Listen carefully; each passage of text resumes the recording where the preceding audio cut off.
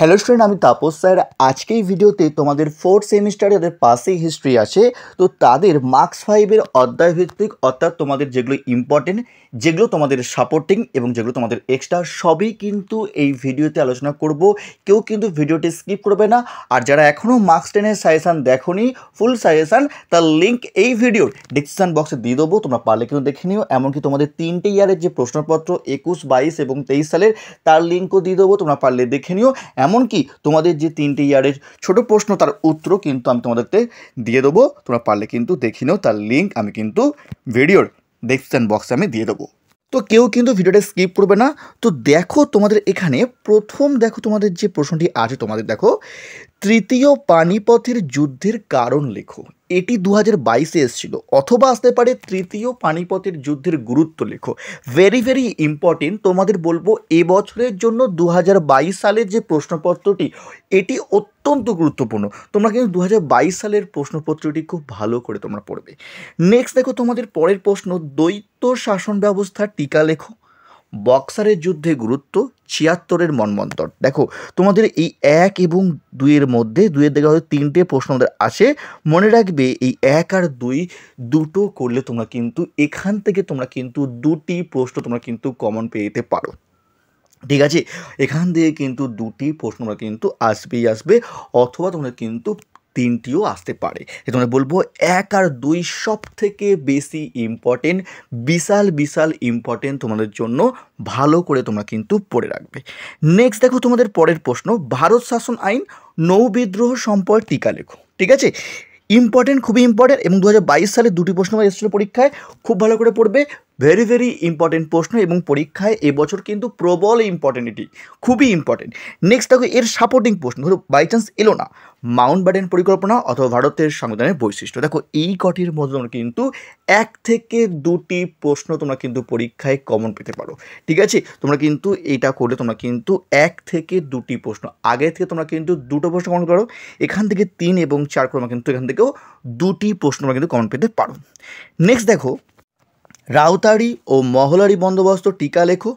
পলাশির লুণ্ঠন বা সম্পদের বহির্গমন। তো এই দুটির মধ্যে তোমরা কিন্তু একটি পরীক্ষায় কমন পেতে পারো। তো এই 1 থেকে 6 তোমরা সব থেকে ভালো করে পড়ো, কারণ তোমাদের সব থেকে বেশি ইম্পর্টেন্ট তোমরা কিন্তু এই 1 থেকে 6। দেখো তোমাদের কিন্তু প্রশ্ন যদি খুব কঠিন হয়ে থাকে, তাহলে তোমাদের কিন্তু অবশ্যই সাপোর্টিং করতে হবে। কারণ দেখো তোমাদের ম্যাক্সিমাম তোমাদের কিন্তু 5 মার্কসের প্রশ্ন তোমাদের কিন্তু সব থেকে কঠিন হয়ে থাকে। ঠিক আছে, তাই তোমাদের বলবো অবশ্যই তোমরা কিন্তু সাপোর্টিং করবে, তাহলে তোমাদের কিন্তু পরীক্ষা ভালো হবে। কারণ তোমাদের কিন্তু 10 মার্কসের প্রশ্ন ইজি হলেও তোমাদের কিন্তু 5 মার্কসের প্রশ্ন কিন্তু একটু কঠিন হয়ে থাকে। তাই তোমাদের বলবো একটু 5 মার্কস তোমরা 10 মার্কসের থেকে তোমরা কিন্তু 5 মার্কসটা একটু ভালো করে পড়বে, একটু বেশি পড়ে যাবে, তাহলে দেখবে তোমাদের পরীক্ষা কিন্তু খুবই ভালো হবে। ঠিক আছে, তো 5 মার্কসের যে তোমাদের প্রশ্নগুলো বলছি, সাপোর্টিং প্রশ্নগুলো, সেগুলো পরে তোমাদের বলবো। যে এখনও চ্যানেলটিকে সাবস্ক্রাইব করোনি, অবশ্যই চ্যানেলটিকে সাবস্ক্রাইব করে রেখো। তোমাদের দেখো এরকম ধরনের যে বোঝানো, তোমাদের কিন্তু আমি পার্ট টু পার্ট তোমাদেরকে বলে দিচ্ছি যে কীরকমভাবে কীভাবে তোমরা পড়বে। তোমরা কিন্তু অবশ্যই তোমরা কিন্তু একটা লাইক করে দিও, আর যারা এখনও চ্যানেলটিকে সাবস্ক্রাইব করোনি, পারলে তোমরা কিন্তু চ্যানেলটিকে সাবস্ক্রাইব করে দিও এরকম ভিডিও সবার আগে পাওয়ার জন্য। তো দেখো সাপোর্টিং প্রশ্ন, তোমাদের সাপোর্টিং দেখো রাওলাট সত্যাগ্রহের গুরুত্ব লেখো, 2022 সালে এসেছিল। ঠিক আছে, এটি সাপোর্টিং প্রশ্ন, এটিও কিন্তু ইম্পর্টেন্ট, কিন্তু সাপোর্টিং প্রশ্ন। আগে তোমরা 1 থেকে 6 খুবই ভালো করে পড়বে, তারপর তোমরা কিন্তু এই সাপোর্টিং তোমরা কিন্তু করে যাবে। নেক্সট দেখো অধীনতামূলক মৃত্যু নীতির শর্তবিলোপ নীতি। তো এইটা হচ্ছে সাপোর্টিং প্রশ্ন।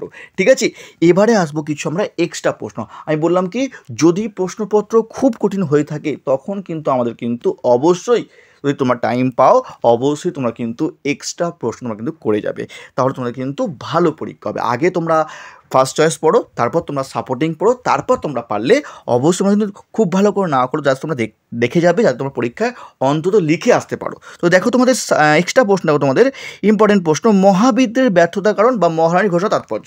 দুটির মধ্যে কিন্তু একটি প্রবল চান্স। এবছর কিন্তু পরীক্ষা কিন্তু একটি আসার সময় কিন্তু অত্যন্ত প্রবল, বলে ভেরি ভেরি ইম্পর্টেন্ট প্রশ্ন, এক্সট্রার মধ্যে ভেরি ভেরি ইম্পর্টেন্ট। তোমাদের কিন্তু পরীক্ষা কিন্তু একটি আসার সময় কিন্তু অত্যন্ত প্রবল। নেক্সট আর্য সমাজ ও প্রার্থনা সমাজ, এটি এক্সট্রা প্রশ্ন, তোমরা দেখে যেতে পারো, এটিও ইম্পর্টেন্ট প্রশ্ন।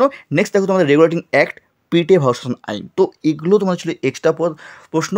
তার মধ্যে সব থেকে বেশি ইম্পর্টেন্ট নয় কিন্তু মহাবিদ্রোহটা, এটা কিন্তু বিশাল ইম্পর্টেন্ট। ঠিক আছে, তোমরা কিন্তু সাপোর্টিংগুলো করার পর তোমরা কিন্তু মহাবিদ্রোহ তোমরা কিন্তু ভালো করে দেখেছো। তো এই ছিল তোমাদের মার্কস 5-এর অধ্যায়ভিত্তিক সাজেশান, যেখানে তোমাদের ইম্পর্টেন্ট সাপোর্টিং এক্সট্রা সবই কিন্তু ভিডিওতে আলোচনা করলাম। এটা এখনও চ্যানেলটিকে সাবস্ক্রাইব করোনি, পারলে চ্যানেলটিকে সাবস্ক্রাইব করে রাখো এরকম ভিডিও সবাই পাওয়ার জন্য।